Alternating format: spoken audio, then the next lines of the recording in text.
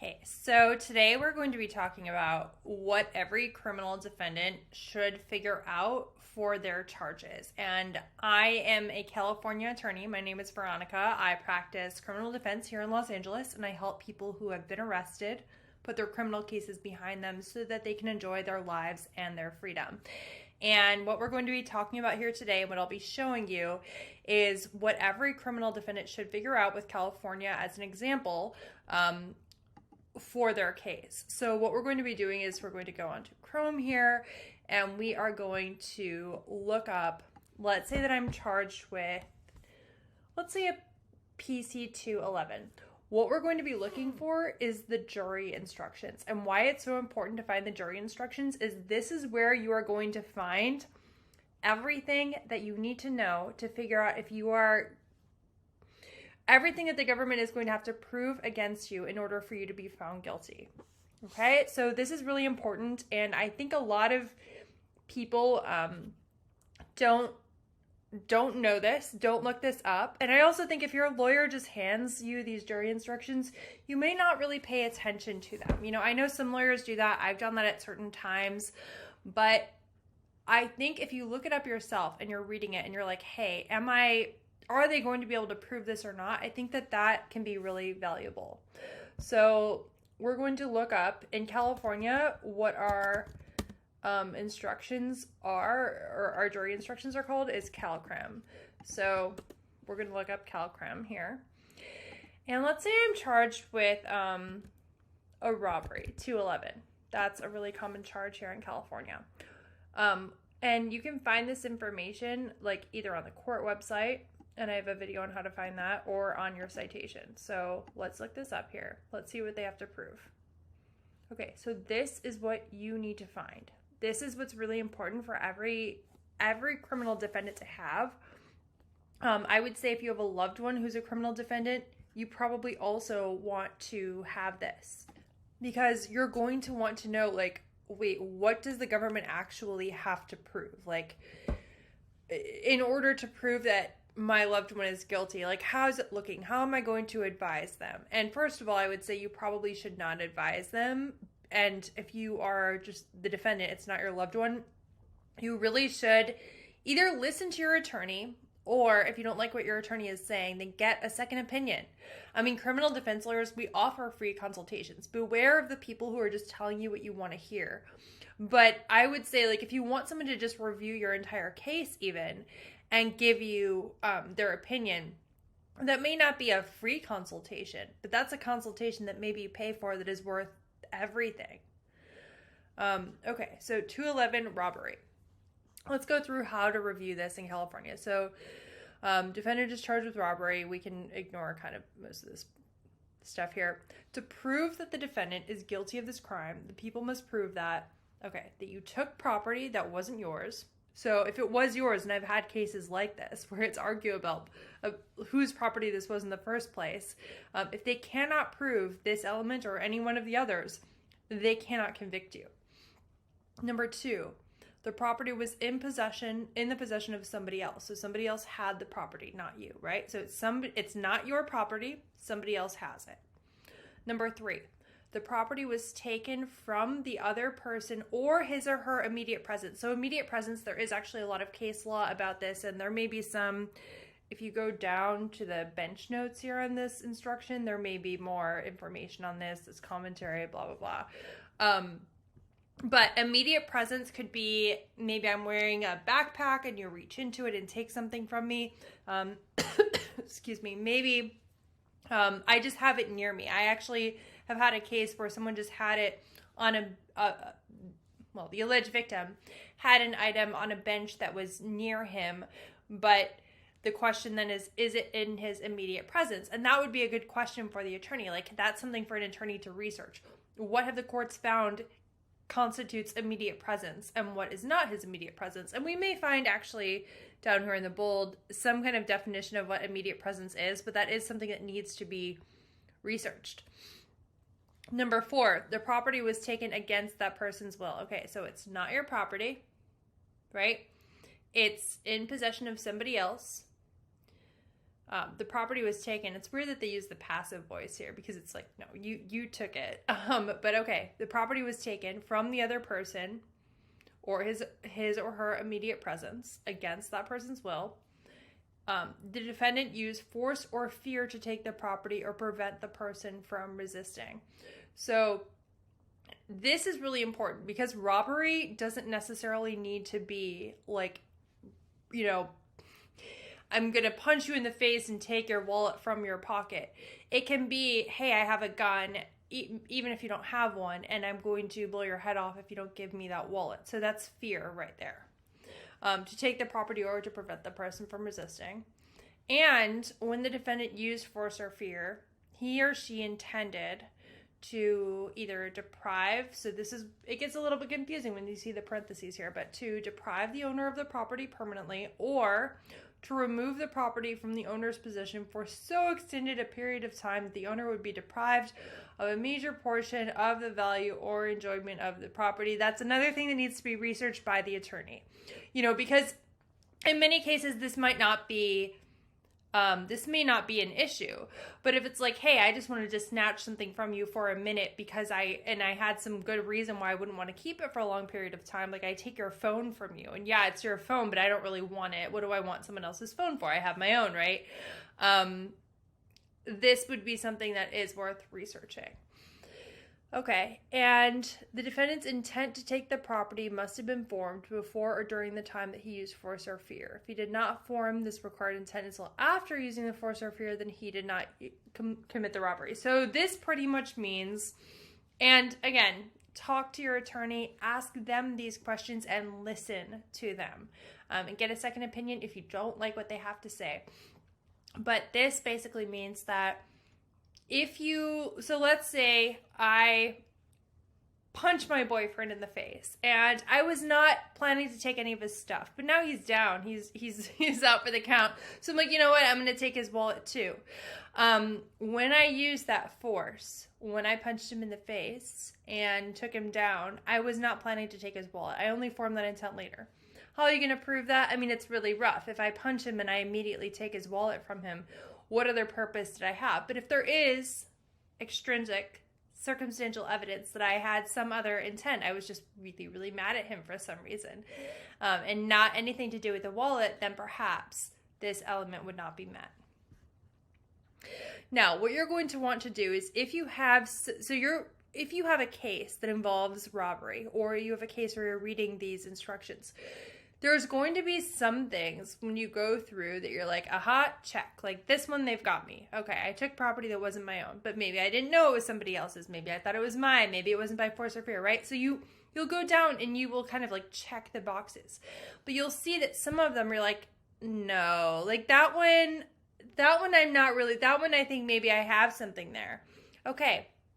So if there's anything where you're like, maybe I have something there, what you're going to want to do is make sure that you go down here, look at all of, not the bench notes, but you might want to look at fear defined, like by force or fear, right? So what if the other person wasn't scared? What if the other person, like if it's my boyfriend, he's probably not scared of me. He's a lot bigger of a guy than I am, a lot bigger of a person than I am, and he's not.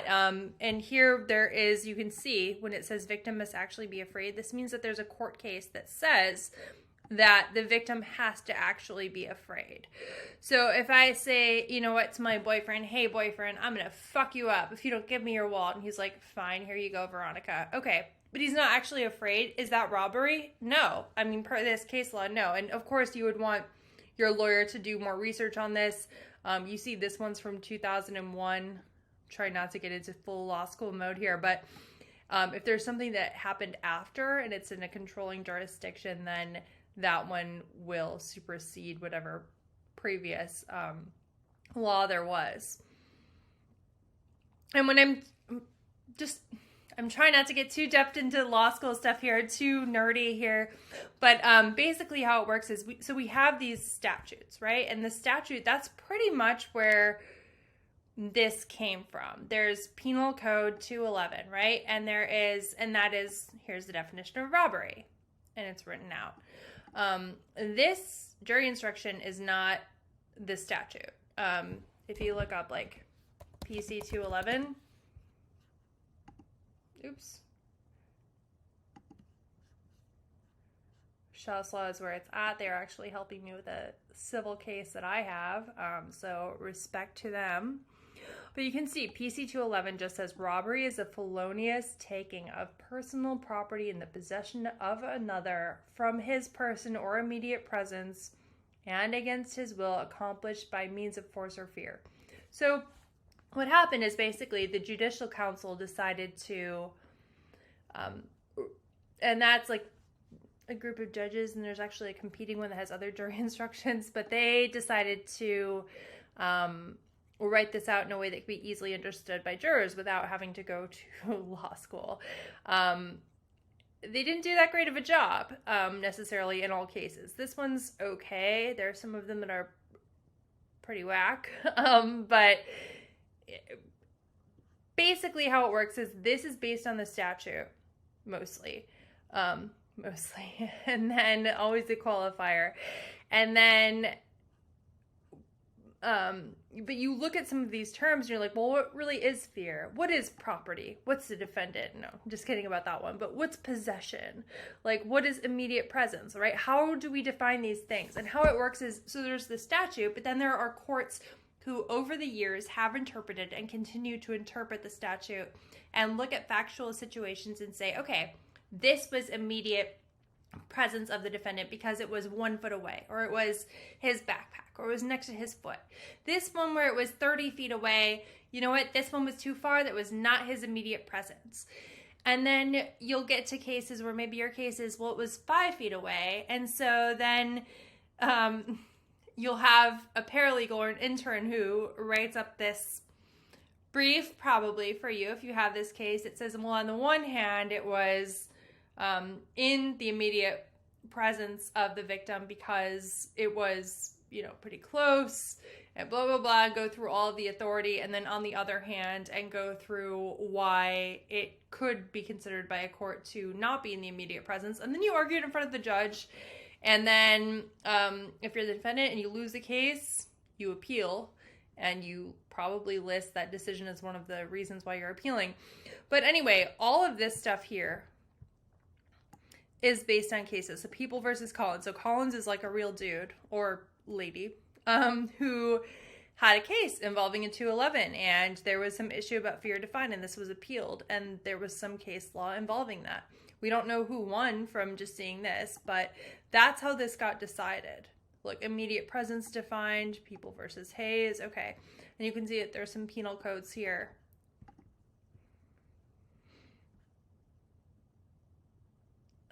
And so as you scroll down, when you get to related issues, force, amount of force, when was it applied, immediate presence, like that is the iffiest one. Look here, property that is 80 feet away or around the corner of the same block from a forcibly held victim is not too far away as a matter of law to be outside the victim's immediate presence. Okay, so then let's say you have a case where it's 160 feet away, so twice the amount away. Is that immediate presence or not? And you would both have to argue it out in front of the judge. Anyway, I've gone on for long enough, I think, and I hope that this wasn't too nerdy, but my point is, and I went through robbery here, but what I went through, you can go through with any charge. So figure out your penal code, like figure out what you're charged with. If you can't, just type in like California robbery, California, whatever it may be, and find out, and you can do this in your own state too. I'm only a California attorney, so I can't tell you or give you any legal advice in your own state. And I'm not giving legal advice here. This is purely for education and entertainment. But I would look at the jury instructions. If I was ever charged with anything, this is what I would look at, because it tells you more, as you can see, than the penal code actually does. So, I mean, I see when I'm doing marketing, whatever, I'm trying to figure this stuff out, trying to figure out YouTube still, you know, what people look up. And I see that a lot of it is like, you know, PC 211. But what I don't see is like CalCrim 1600. And that's fair, but I don't see CalCrim robbery, CalCrim 211, like, because people don't know about that. So I know this is kind of a weird and like non-traditional video. It was maybe a bit nerdy, but I really hope that this is helpful for you. And I know I get clients and I speak to people sometimes who really want more information. They really want to figure out, like, what am I facing? Like, what needs to be proven? And, you know, I think as a lawyer sometimes, and I know a lot of lawyers get impatient with clients, but it's also like, how much nerdiness will we go into, right? Like, how much detail should we go into? And I think some clients want that and others really don't necessarily want that. You know, I know when I go to the doctor, I mean, depending on what the issue is, at a certain point, I want to be like, just do what you think is best. If you were me, what would you do? Instead of trying to figure it out for myself. And I don't think that that's the best approach, especially not with law. But this is, you know, this is breaking it down. It should be understandable by a jury, and it should be understandable by anybody who's charged with this. What I don't want anyone who's watching this to do, including my clients, but anyone, what I don't want you to do is take something here, take some small detail, immediate presence we've talked about, but take this and then say, you know what, they can't find me guilty because it wasn't immediate. Because unless you're going to do all the research, or you're going to have an attorney who's doing all of the research to show you, hey, here's what immediate presence is, do not hang your hat on anything that you see in these instructions. This is more to give you an overview of like what they actually have to prove in order for you to be found guilty. Anyway, I hope that this helped. Please don't unsubscribe based on this video, even though it was probably very boring. It really, like, if you have questions about this stuff, just send me a message. You can call me. My phone number is down below. You can also, if you have a case in California, book a consultation with me. The link for that is also down below.